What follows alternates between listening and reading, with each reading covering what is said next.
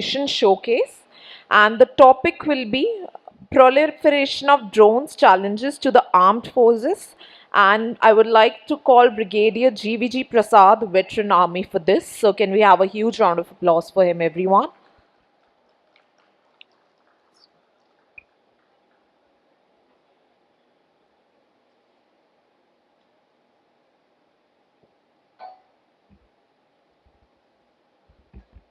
Good morning, everyone. Uh, this is, before I come to this topic of challenges which have come up due to proliferation of drones. Sometimes an opportunity comes up for few people and it becomes a challenge to somebody else. Just now, yes, sir. He was talking about it. Actually, this is one of the things which I have listed here. Regulatory challenges. Okay, sir. I'll try and put it in correct perspective. Though the topic says armed forces, but it is of common interest to everybody. I'll try and address generally what are the challenges which are being faced in the environment due to proliferation of drones. No, the drone itself is a huge solution provider. Something called tipping point. Now, tipping point is where an idea comes up, it matures, and suddenly one fine day you find that there's a huge mass application and the market is flooded with this, where it goes into commercial application. Okay. Now, nobody knows when the tipping point has come. It is very easy to say about 2-3 years back, okay, suddenly, like it has happened with mobiles. So you would have found somewhere in 2000, 2001, one odd person carrying a mobile and all, and suddenly now you find your mate is also carrying. Everybody knows. When did this happen? Nobody knows. But the point is, people who were ahead of the curve, those who can at least somewhat see where it is coming, and those entrepreneurs who can take advantage of this, they will have a lot of benefits. And those who jump into the fray after everything has happened, and then if they think, they are already behind the curve, they have to think of something ahead. Okay. Now there are a few challenges which have come up. Suddenly, whole lot of drones have come. Big, small, micro, chota, shadi, this, that. Fortunately, I was associated with drones. First time I have heard about UAV was in the year 1987. I was doing a small course in School of Art in Devlali. There used to be a lecture called Modern Trends in Artillery. And this was one of the things which was mentioned. You know what it was mentioned? Artillery was the one which saw, it is used for surveillance. How do we, because it was on a major task. So somebody said, no, because the UAV somewhere in the Western countries, they were already using it. Israelis were developing it. At that time, they used it in Lebanon and all, in the Bekaa Valley and all. So thereafter, I happened to be there in Delhi in the Weapons and Equipment Directorate, where we were progressing a case for acquiring these drones. It was a huge challenge. First challenge was to get this case through. Nobody was willing to say, why do you need this? Not need it. Suddenly Kargil happened. Then everyone woke up, helter skelter, and with from Israel, whatever it is we bought. And in 2000, the first, 1999 rather, two troops of UAVs from Searcher Mark 1s from Israel were flying. They was with the army. And I was commanding the unit in Jammu in 2000, and the other one was in Bikaner. So they were huge drones for that time. They were huge drones which could fly for about 7 hours. They could fly at 7,000 feet, and all those things. And the capability which they had at that time is unheard of. One could see, one used to fly inside the other side, and in the night one could see men moving. People thought, what is this? You could see, and whoever thought was, you could again surprise in the night, or night was a safer place to do operations. It was a huge wake-up call. There is no night, there is no day. Okay, now coming to it, and suddenly one found sometime in 2013, 14, people like Idea Forge were making small drones in Mumbai. This is a big company which was making, they came with small drones. And similarly, suddenly in 2015, 16 and all, you found whole lot of proliferation of drones. Shadi mein drones, micro, mostly DJI from China. They flooded the market with these drones. And now nobody knew, like you were saying, sir, the policeman obviously he doesn't know. The policeman doesn't know. And suddenly the government realized there was a need to, regulate this. who can fly, who cannot fly, where to fly, who can import, who can make it, and all those things. And forget about making, I mean, most of them were being imported, small drones, and it could be imported by anyone, photographer, and even Kumbh Mela, people were made a lot of money flying drones and, managing crowd. Police was hiring, the same police was hiring these people without license, by the way. The same police was hiring these people without, because they needed it. So then it was given to DGCA because they were supposed to be the ones who were regulating the air and logically. But even in DGCA, I can say with confidence, when it was given to them, they had no clue as to how to regulate it. But slowly, sir, this version 1 came, version 2 came. So this is still a challenge. This is a regulatory challenge which you face. Now the regulator is coming to terms with, because somebody said, you cannot stop an idea whose time has come. You may say, I don't need it. The world doesn't think so. And it just suddenly comes and you say, now how do I use it?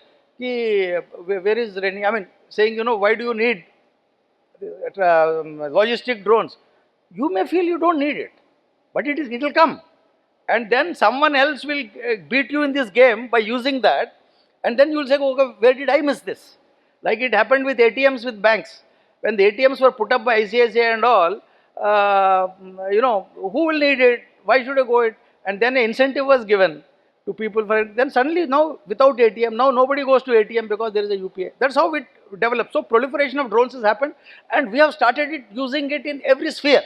Whether it is agriculture, whether it is survey, whether it is national, these people, films.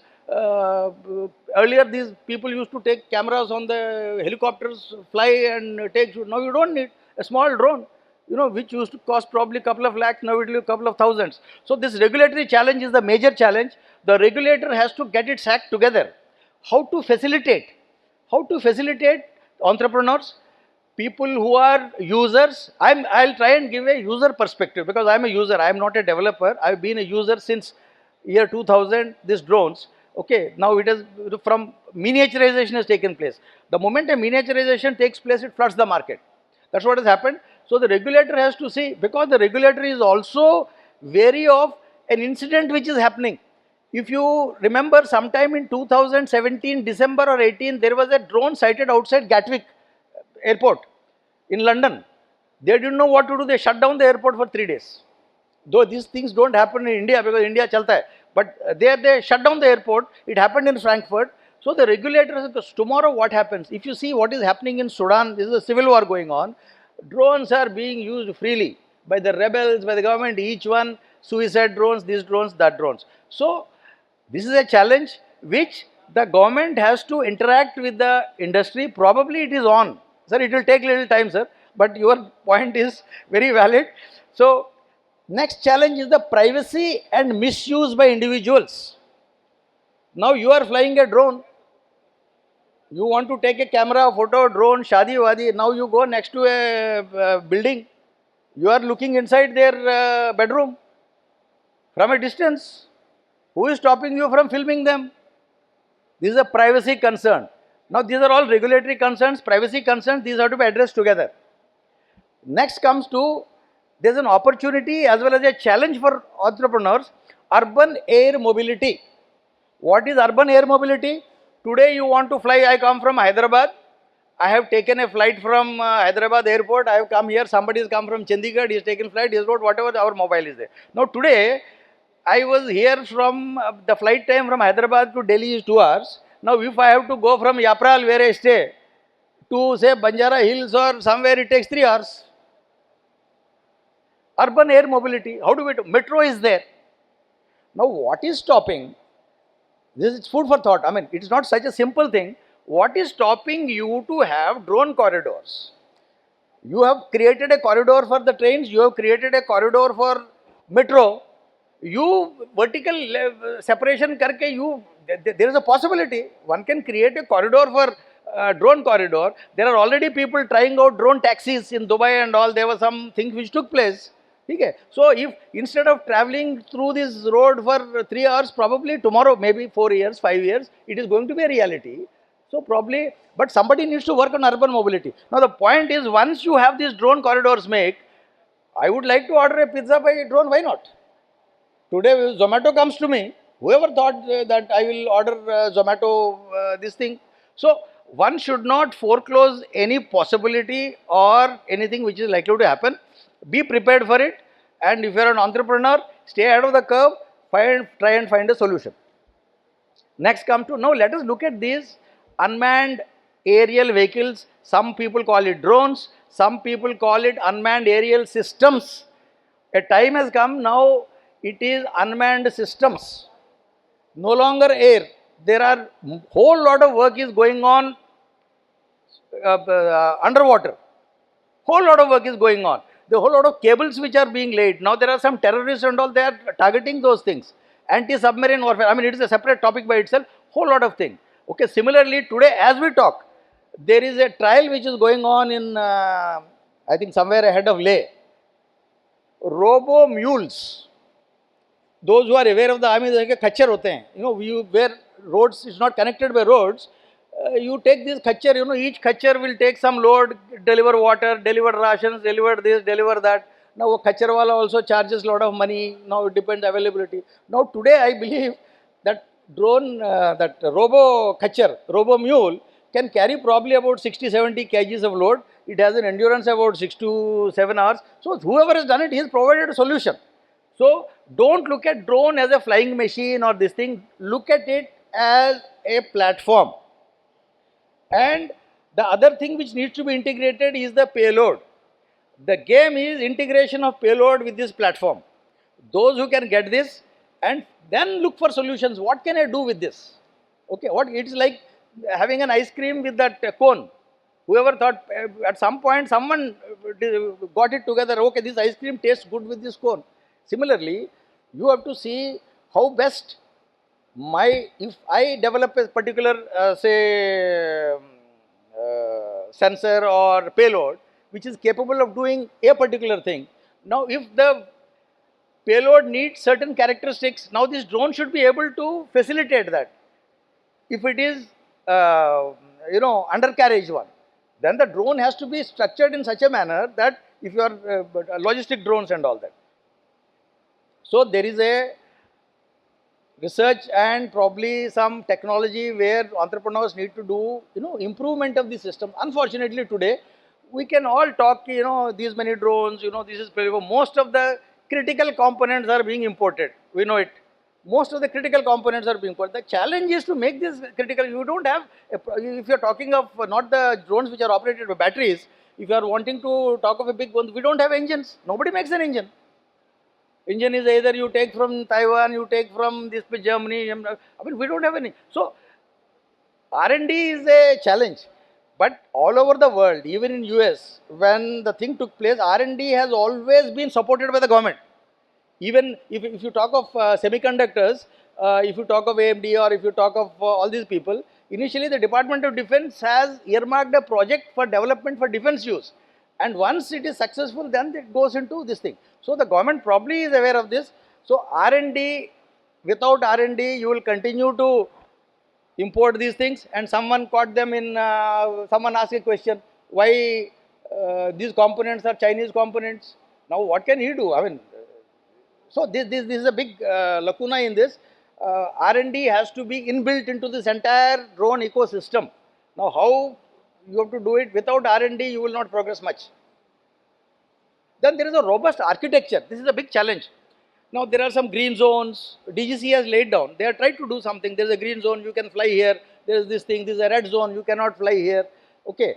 Now, to my understanding, whatever little I have seen from 2000 as a user, I mean, this architecture has to be separate from this, your airlines architecture. It has to be separate. It's totally different. It is used for something totally different. Airline people, they take off from a particular place, they fly at a particular height, they go there and all. It has been refined over a period of time. They are doing it. Whereas this is just in a nascent stage. The architecture, once you have a proper architecture, then the regulator also will be able to make rules and facilitate and see. Then only you will be able to gain optimum advantage of this. So this architecture is a big. We were talking of suicide drones. It doesn't stop anyone to get a small drone. put some explosive in that, and just crash into something. And one incident is enough. It will put you back by another 10 years. They will say that there will be no flying, there will be nothing. So probably there is a case where it is like Iron Dome of Israel, where they have a shield or umbrella. One must have some counter drone umbrellas. These are all futuristic. I mean, this is not going to happen over a period of time, but these are challenges which are there in front of the industry. Ultimately, the industry has to provide solutions. R&D is required. Without R&D, you will, otherwise someone else will develop, like Israel will develop. All our drones, military drones, all of them are imported from Israel.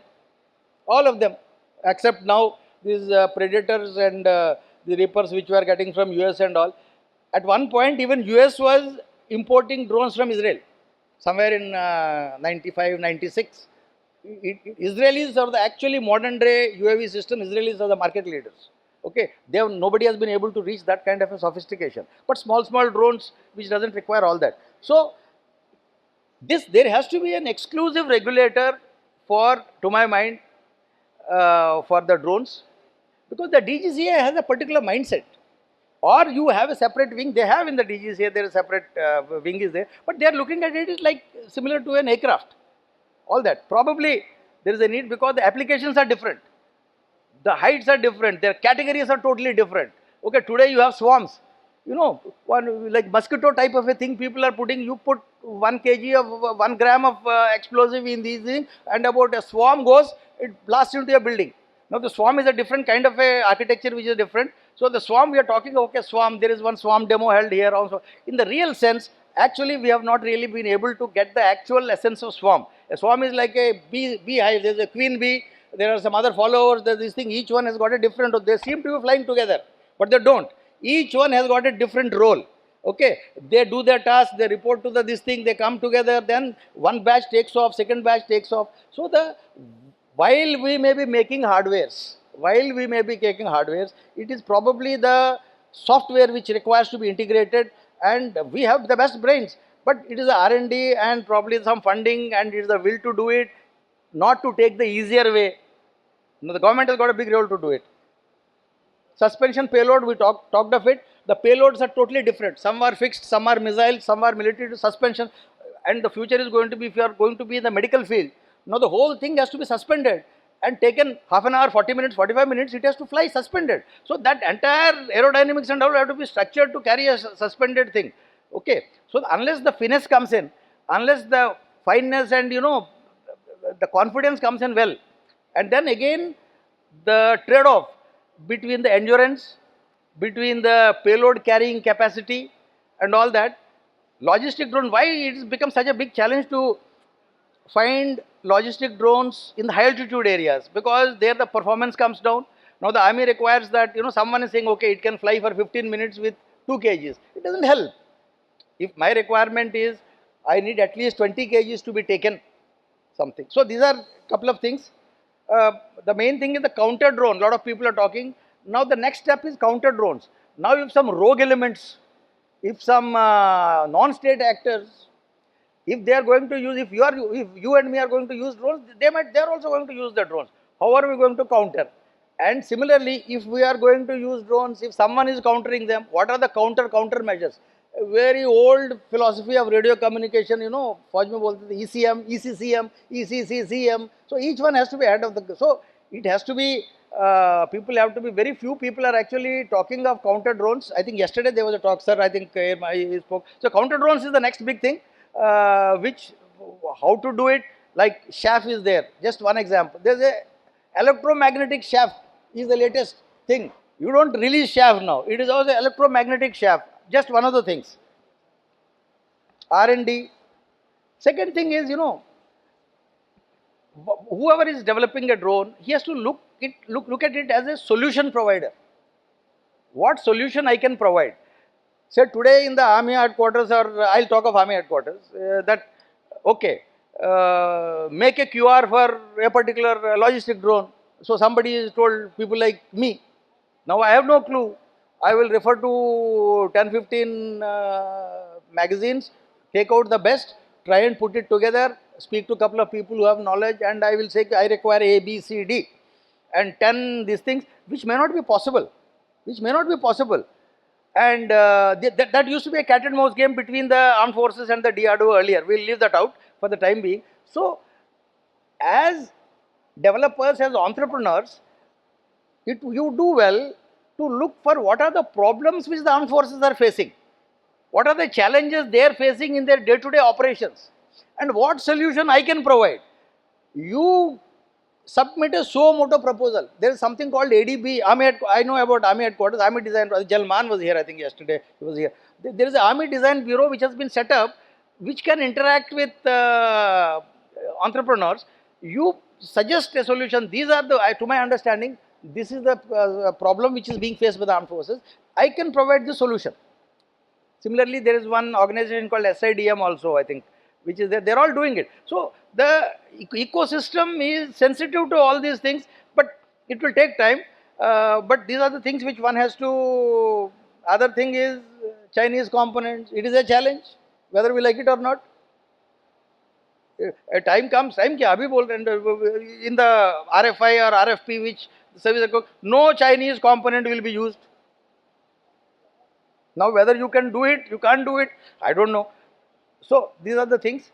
No, I mean, I'll just close my talk here. If should there be any question from someone, I'll be willing to answer. Please.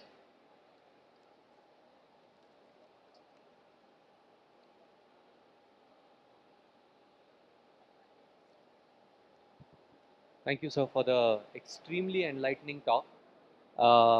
You won't believe that a lot of the thesis that we have for our company has actually listed down the exact things that you have said, specifically the vertical integration from the use case to the software to the hardware to the entire airframe, right? And we are kind of looking at solving some of these problems like logistics from a first principles point of view. So very, very enlightening. I feel like everything that we have been thinking and doing, I just feel like complete synergy between your brain and my brain for some reason. So I'm thank a you so user. much. I'm not a developer. I've been a user throughout. Yes. Okay. Otherwise, I'm a Bachelor of Arts from JNU.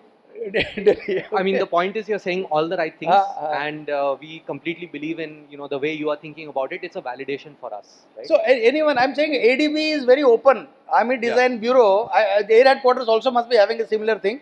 Uh, but I know about Army Headquarters. They've called this ADB. They are looking out to providing support, and Understood. also there are a lot of these challenges like Meher Baba competition is there. They called Army Headquarters also. Then the IDEX. These Understood. entrepreneurs need support. Absolutely. But a time has come for the entrepreneurs also to wear the hat of the user. Correct. Correct. Don't always get stuck in this tech Absolutely. mindset. Be Yeah. like a person on the streets. He doesn't know anything. What does he need? Can I provide a solution to him? Right. Okay. It is like Zomato delivery. How do you deliver? That is your choice. I mean, how it's your headache. Correct. Correct. And if tomorrow, if somebody can come and drop it on my thing, I will take it. Whether it is needed or not needed, different thing. Right.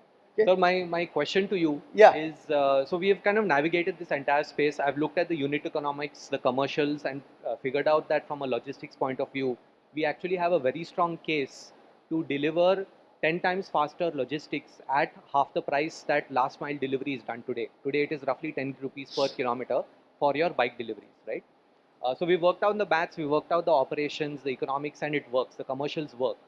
The challenge that we are facing, and you very rightly mentioned, is basically the red, yellow, and green zones, especially in urban areas.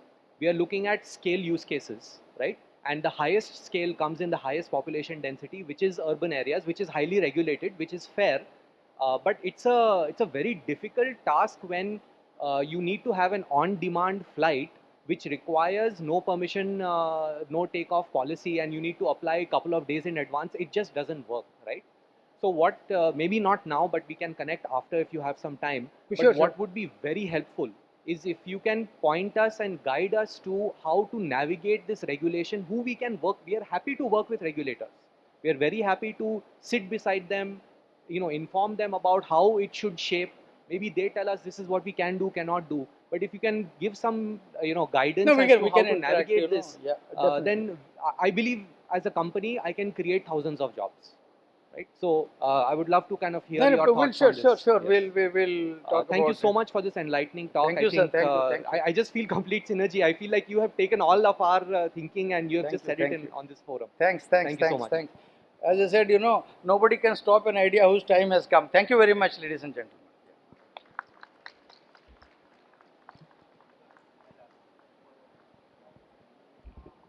All right. Thank you so much for sharing your valuable thoughts with us.